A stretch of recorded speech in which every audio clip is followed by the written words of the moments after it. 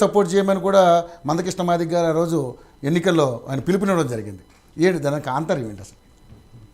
ముందుగా yo-yo TV ప్రేక్షకులు మరియు వివిధ పార్టీ నుంచి ఉన్న నాయకులకు, రాజకీయ విశ్లేషకులు అందరికీ నమస్కారం. మనం ఒక వాస్తవాల్ని గమనించాల్సినటువంటి అవసరం ఇక్కడ ఉంది. అవును, అంటే మనం ఏదేమున్నా ఒక ఉద్యమ స్ఫూర్తి, ఉద్యమ నాయకు ఉన్నటువంటి మందకృష్ణ మాదిగ గారికి మనస్ఫూర్తిగా ఈ ఏదైతే వచ్చినటువంటి తీర్పు కానీ రేపు జరగబోయేటువంటి లబ్ధి అంతా కూడా ప్రత్యక్షంగా ఆయనకు చెందినటువంటి ఆయన చేసిన కృషి మనకు క్లియర్గా కనబడతా ఉంది. అయితే మందకృష్ణ మాదిగ గారు ఒక అంశంలో గమనించాలి, ఆయన ఒక మాదిల పక్షానే కాదు, అనేక అంశాల మీద ఉద్యమాలు చేసినటువంటి దాఖలాలు. అంటే వికలాంగుల పక్షాన కానీ, అనేక అంశాల మీద కానీ, బడుగు బలహీన వర్గాల మీద కానీ, ఒక సందర్భంలో ఆయన ప్రభుత్వం ఎక్కడ చేస్తే దాని మీద కూడా స్పందించి దాన్ని కూడా వ్యతిరేకించిన దాఖలాలు అన్నీ ఉన్నాయి. అయితే ఇక్కడ ఒక ఉద్యమ స్ఫూర్తి, ఒక 30 సంవత్సరాల నుంచి ఏకకాలం మీద ఒక అంశం మీద నిలబడ్డాడు అంటే కారణం ఒకటే, ఏంది అని అంటే సమానత్వం అనేటువంటి ఆలోచన. ఎవరు ఎస్సీ సామాజిక వర్గంలో ఉన్నటువంటి ఆ ఎస్సీ అనేటువంటి ఒక బ్లాక్లో 59 కులాలు, ఉపకులాలు ఉన్నాయి. ఉపకులాలు అందరికీ కూడా మనం ఎంతనో మనకంత దామాషా ప్రకారం అందరికీ సమానం రావాలనేటువంటి ఆలోచనతో చేసినటువంటి పోరాటం ఈ రోజుకి ఫలించింది. దాంట్లో పూర్తిగా మందకృష్ణ మాదిగ గారికి, భారతీయ జనతా పార్టీ మనస్ఫూర్తి వారికి శుభాకాంక్షలు. ఎందుకంటే ప్రత్యక్షంగా పరోక్షంగా భారతీయ జనతా పార్టీ సపోర్ట్ అలా క్లియర్గా అనబడ్డది. కారణం ఏంటి అంటే ఆయన చెప్పిండు గతంలో కూడా, ఇప్పుడు ఇక్కడ 100 రోజుల్లో మేమేమన్నా ప్రభుత్వం వచ్చిన తర్వాత 100 రోజుల్లో అప్పుడు కూడా మేము చెప్పడం జరిగింది. ఇదే మన యోయో టీవీలనే కాంగ్రెస్ మిత్రులు లేదా బీఆర్ఎస్ మిత్రులు ప్రశ్నించినప్పుడు నేను ఒక మాట చెప్పిన, ఎప్పుడు మందకృష్ణ గారికి అవగలించుకున్నప్పుడు లేదా మందకృష్ణ గారు హైదరాబాద్లో నరేంద్ర మోడీ గారు వచ్చినప్పుడు ఆ విషయం మీద మన వాళ్ళు చాలా రాద్ధాంతం చేస్తే అప్పుడు ఒకటే చెప్పిన, అది చట్టం పరిధిలో ఉంది, చట్టం పరిధిలో ఉంది. ఎప్పుడైతే చట్టం అనుకూలమైన వాతావరణం వస్తుందో ఖచ్చితంగా మేము స్పందిస్తాం, దానికి ముందుగా చేస్తాం అనేటువంటి అంశం మనం ఆ రోజు కూడా క్లియర్ చెప్పినాము. పూర్తిగా ఇక్కడ స్వాగతిస్తున్నాం, దాంట్లో ఏమాత్రం సందేహం లేదు. ఈడ ఇంకొక గమనించాల్సినటువంటి విషయం ఏంటంటే క్లియర్గా కూడా ఈ 30 సంవత్సరాల పోరాటంలో ఏ పార్టీ ఏం చేసిందో తెలియదు. ఎన్డీఏ మొదటి నుంచి కూడా భారతీయ జనతా పార్టీ ఎస్సీ వర్గీకరణకు పూర్తి మద్దతు నిలిచినటువంటి దాఖలాలు ఉన్నాయి. దాంట్లో ఎన్నోసార్లు మనం అందరూ చర్చించినటువంటి అంశాలు. అయితే భారతీయ జనతా పార్టీ దాంట్లో ఎప్పుడు కూడా ప్రత్యక్షంగా పరోక్షంగా సహకరించిన దాఖలు ఉన్నాయి. ఈరోజు చూస్తూ ఉన్నాం.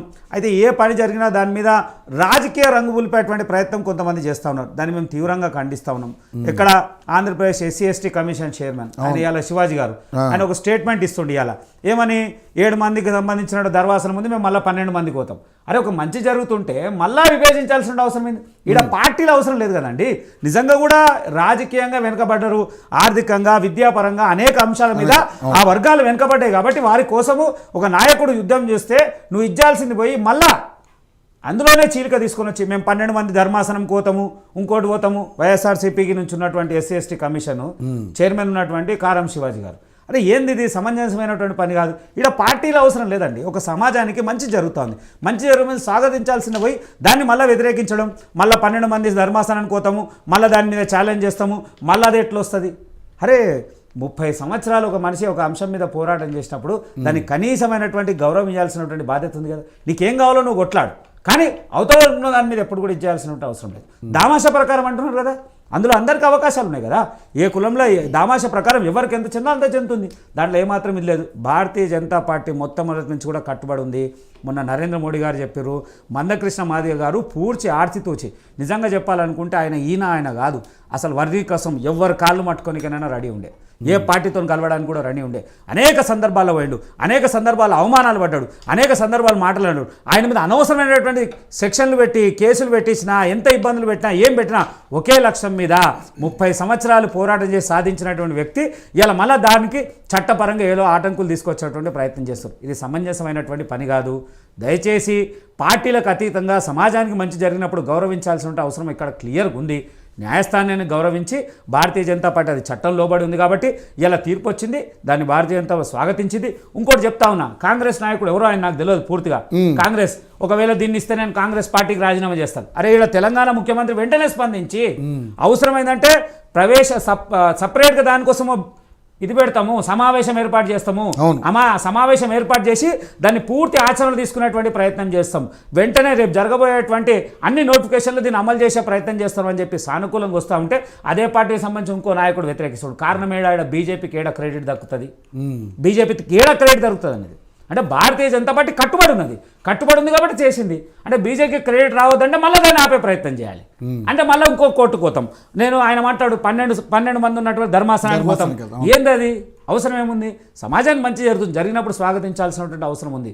నిజంగా చెప్తున్నా, ఉద్యమంలో ఉన్నటువంటి ఎంతోమంది నాయకులు, అనేక మంది నాయకుల ఫలితం ఇవాళ చట్టం మనకు అత్యున్నతమైన న్యాయస్థానం మంచి అవకాశం ఇచ్చింది. ఆ వర్గంలో ఉన్నటువంటి, ఎందుకంటే ఎస్సీలలో 59 కులాలు, దాంట్లో అనేక మంది కులాలు అసలు ఊహించని, కొంతమందికి పేర్లు తెలవనటువంటి కులాలు కూడా ఉన్నాయి. చాలా లీస్ట్ ఉన్నటువంటి కుటుంబాలు, అంటే అవి మోర్ దెన్ 5,000 10,000 5,000 కుటుంబాలు ఉన్నటువంటి 5,000 జనాభా ఉన్నటువంటి కులాలతో కూడా ఇమిడి ఉన్నటువంటి కుటుంబాలు అవన్నీ. వాళ్ళందరికీ న్యాయం జరుగుతుందనేటువంటి ఆలోచనతోనే కేంద్రం కానీ ఈ రాష్ట్రం కానీ దాన్ని భవిష్యత్తు తీసుకొని ఆలోచిస్తుంది. కాబట్టి దీన్ని ఎవ్వరు కూడా మళ్ళా చట్టం ద్వారా ఆపే ప్రయత్నం చేయొద్దని మన ఏయోటీ ద్వారా వేడుకుంటున్నాను. ఇంకా రాజకీయ విషయాలకి పశుపతి గారు చూశారు, ఇన్నాళ్ళు మనం చాలా డిస్కషన్లు మీరు కూడా అద్భుతంగా దీని మీద, అందుకని ఈరోజు మిమ్మల్ని పిలవాల్సి వచ్చింది. ఎందుకంటే దీని మీద చాలాసార్లు మాట్లాడారు కూడా. కానీ నిజంగా ఆయన అన్నట్టుగా సరే, ఏదో 7 ధర్మాసనం, ఒక 7 మందితో జస్టిస్ తోటి మొత్తానికైతే అయింది. దాన్ని మళ్ళీ వేరే పుల్లబెట్టే కార్యక్రమం ఇంకో రకం చేసి దీన్ని మళ్ళీ ఇష్యూ చేయాలని చూస్తూ ఉన్నాం. ఇంకొకటి ఏంటంటే, ఎవరైతే ఆర్థికంగా ఉన్నటువంటి, ఎవరైతే ఇందులో ఉన్నటువంటి కులస్తులు ఎవరైతే ఉన్నారో వాళ్ళకి రిజర్వేషన్ కూడా